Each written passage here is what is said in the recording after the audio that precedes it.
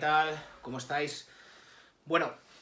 este es el quinto vídeo, ya sabéis que para los que nos venís siguiendo, pues este vídeo forma parte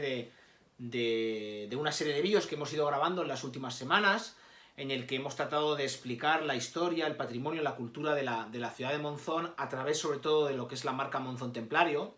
Y el vídeo que vamos a hacer hoy está un poco enmarcado dentro del proyecto que la Concejalía de Cultura y Turismo del Ayuntamiento de Monzón ha emprendido para tratar de llevar todo ese contenido histórico y patrimonial que tiene la fiesta de Guillén de Monrodón, que como sabéis se celebra en Monzón todos los años en torno al fin de semana del 24 de mayo y que este año por cuestiones obvias no se va a poder celebrar, pues hacer lo que sería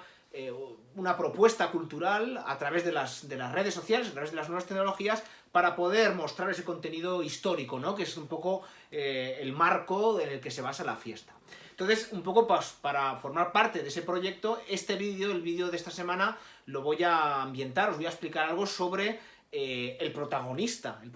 del evento, el protagonista de la fiesta. Como sabéis, es un evento que ya lleva más de dos décadas de ediciones y que está fundamentado, como sabéis, en lo que es el homenaje a Guillén de Monrodón. Mucha gente nos ha preguntado, bueno, ¿y quién es este Guillén de Monrodón? ¿Quién era realmente? ¿Tuvo un peso específico? ¿Tuvo una importancia a lo largo de la historia de la Corona de Aragón? Bueno, si os parece, vamos a reservar este vídeo para explicaros un poco la figura de Guillén de Monrodón y qué supuso para la educación y para la protección de Jaime I y qué fue de él antes de que fuera maestre templario en Monzón y qué fue después, ¿no? Porque Guillén de Monrodón ya tenía prácticamente, estamos hablando de que tenía cerca de 50 años, estaba ya entrando en la madurez, porque tener 50 años en el siglo XIII básicamente era ya tener una edad avanzada, ¿no? La esperanza de vida, como sabéis, era mucho menor que actualmente. Bueno, Guillén de Monrodón es el exponente de que las órdenes militares, cuando irrumpen en el siglo XII, permiten a personajes que no forman parte de lo que es la alta nobleza promocionar de una manera muy rápida dentro de lo que es la política y las relaciones de poder, ¿no? Y un ejemplo es el ejemplo de Guillén de Monrodón. Guillén de Monrodón procede de una familia hidalga, una familia de infanzones, como diríamos en Aragón, en este caso procede de un territorio de Cataluña, al lado de la ciudad de Vic, una localidad pequeña que se llama Taradell. Taradell es uno de los pequeños feudos que tenía una de las familias segundonas, por decirlo de alguna manera, con más pujanza de la Cataluña interior, ¿no? En la plena Edad Media, que son los centelles. Bien, los centelles eran los señores naturales de los Monrodón. Poco se sabe de la familia de Monrodón. Ellos procedían, como digo, de la baja nobleza. Seguramente Guillén de Monrodón tuvo un hermano que heredó el pequeño feudo que podía tener, el pequeño feudo alodial que podía tener su padre allí en Taradell, y sabemos posteriormente que algunos miembros de la familia formaron parte del obispado de Barcelona y sí ocuparon algunos puestos también de responsabilidad. Bien, Guillén de Monrodón nace en 1169, hasta que se encarga de guiar o de educar o de proteger a Jaime I, sabemos poco relativamente de él, aunque sabemos lo suficiente como para ver que su proyección, su carrera meteórica le encumbra básicamente no solo a cuidar del pequeño niño rey, sino a ser uno de sus consejeros, como el mismo rey cuenta en el libro de los Hechos, ¿no? Mucha de la información que sabemos de Guillén de Monrodón la sabemos de hecho por el propio Jaime I, que como ya muchos sabéis mandó escribir un libro del que ya hemos hablado, que es el Llibre dels Fets, el libro de los Hechos, que está publicado y se puede consultar, incluso está online, en el que narra su vida desde que es engendrado por parte de su padre Pedro II y su madre, y a partir de ahí cómo se van desarrollando los hechos. Es una de las grandes fuentes para conocer la historia de Jaime I. Hay que tener en cuenta que él ahora se cree que lo mandó a escribir y que es un elemento de propaganda de su propio reinado. O sea, que muchas veces cuando se ha estudiado y cuando se ha trabajado, algunas cosas se han cogido con reservas para saber si realmente estaban siendo exageradas o realmente eran como las estaba contando. En cualquier caso, es una de las fuentes más importantes para conocer lo que es el reinado de Jaime I. Bueno, Guillén de Monrodón entra a formar parte de la Orden del Temple en el año 1203. Hay que tener en cuenta que si había nacido en 1160 tenía más de 30 años. Es muy probable que hasta el momento en que entra a formar parte de la Orden del Temple él hubiera estado casado No tenemos ese dato biográfico, pero lo normal es que hubiera estado casado. Al ser un hijo segundón de la familia de los Monrodón, seguramente había estado casado y por alguna razón había dejado de estarlo. Lo que sí sabemos es que dentro de lo que sería la corte, que era bastante grande y bastante numerosa de Pedro II, él había formado parte. Había formado parte, no sabemos con qué cargo, pero había formado parte de la corte del rey, ¿no? Como escudero, quizás, algún tipo de cargo que la documentación no nos dice. Ahora bien, lo que sabemos es que en el año 1203 él entra a formar parte de la orden, hace testamento ese mismo año y deja todo su cuerpo, no solo su cuerpo, sino su cuerpo, su alma, todos sus bienes materiales en vida, los deja a la Orden del Temple y entra a formar parte, no como cofrade o donado, sino entra a formar parte totalmente. Hace los votos y, como procede de una familia noble, como procede de la caballería, pues entra a formar parte como caballero. A partir de entonces, su carrera será meteórica realmente. Esto nos indica que seguramente tendría unas dotes bastante notables de cara a lo que sería, pues, no solo pues para rodearse de personajes importantes, sino también pues de una capacidad estratégica y una capacidad bueno, pues intelectual que seguramente sería importante.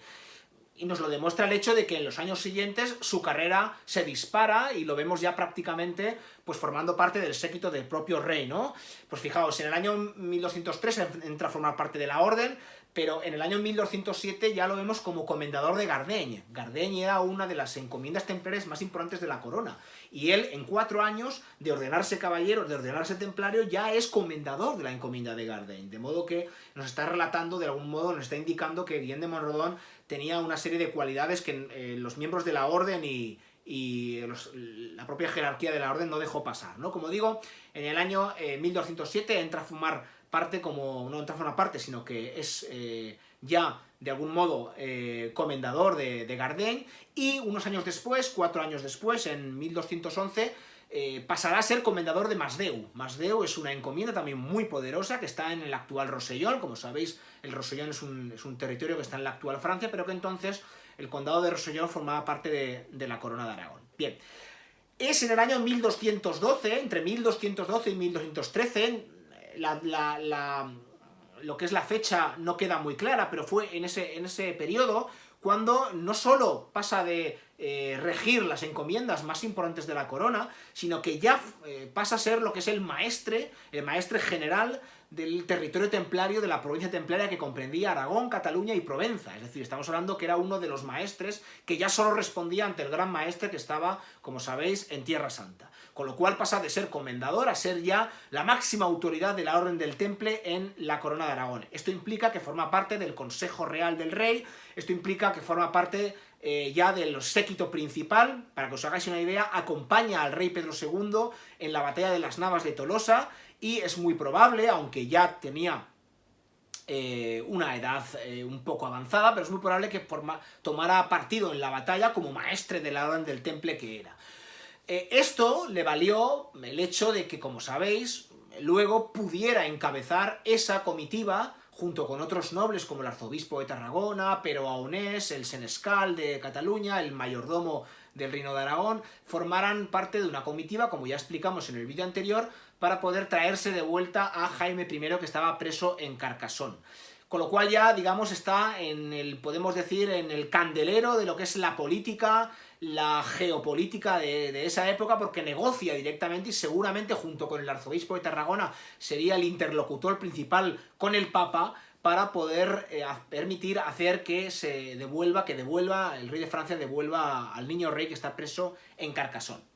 Como ya sabéis, como ya hemos contado, Guillem de Monrodon se hace con la protección de ese niño, seguramente sería él el que pediría que la Orden del Temple se encargara de su protección, y van a pasar 3 años de los que ya hemos hablado, en los que el rey, el pequeño niño rey con tan solo 5 años, de 5 a 8 años, pasa su infancia, esos 3 años, en el castillo de Monzón, en el que suceden diversas vicisitudes que se encarga de contar el propio Jaime I, y que Guillem de Monrodon se encarga fundamentalmente de lidiar entre las facciones nobiliarias que estaban enfrentadas.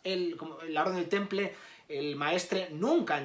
tomará partido por ninguna de las facciones, nunca lo vemos formando parte de ninguna de las facciones, por la cuenta que le traía, como era evidente, porque seguramente se había erigido como valedor de la figura del niño y como protector, que esto era fundamentalmente el objetivo de que estuviera encerrado en el castillo de Monzón, en un castillo templario. Bien, Cuando el niño rey ya sale del castillo templario, ya sabemos bueno, lo que sucede, o si no lo sabemos lo contaré en los próximos vídeos, que es encerrado en la Azuda de Zaragoza y también tiene una serie de encontronazos con la facción que él había decidido que le iba a cuidar, como por ejemplo Pedro Ahones, etcétera. Esto lo contaremos en otro vídeo, pero lo que sí sabemos es que a partir de 1220 deja de ser maestre de la Orden del Temple en Aragón, Cataluña y Provenza, y Guillem de Monrodon pasa a ser un fraile, lo que es un templario más, y que Jaime I ya en su juventud decide que pase a formar parte de lo que es la Cancillería que gestiona la riqueza, el tesoro regio. Y esto lo cuenta el propio Jaime I. A partir de ahí ya no tenemos noticias, seguramente no pasarían muchos años hasta que moriría, y por lo que sabemos es muy probable que esté enterrado en la iglesia parroquial del propio pueblo de Taradell. Esto es lo que sabemos sobre Guillem de Monrodon, la figura de un miembro de la baja nobleza catalana que por sus aptitudes y por la capacidad de entrar en una orden militar que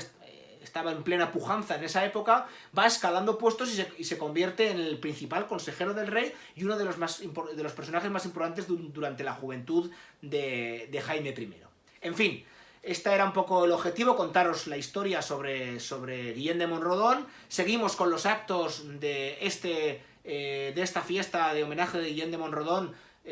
por medios digitales, y a lo largo de las sucesivas semanas os iremos contando cosas interesantes sobre la historia, sobre la Edad Media, sobre el pasado de Monzón, sobre el patrimonio y sobre todo lo que concierne a ese rico pasado que tenemos. Cuidaos mucho, nos vemos y hasta la semana próxima.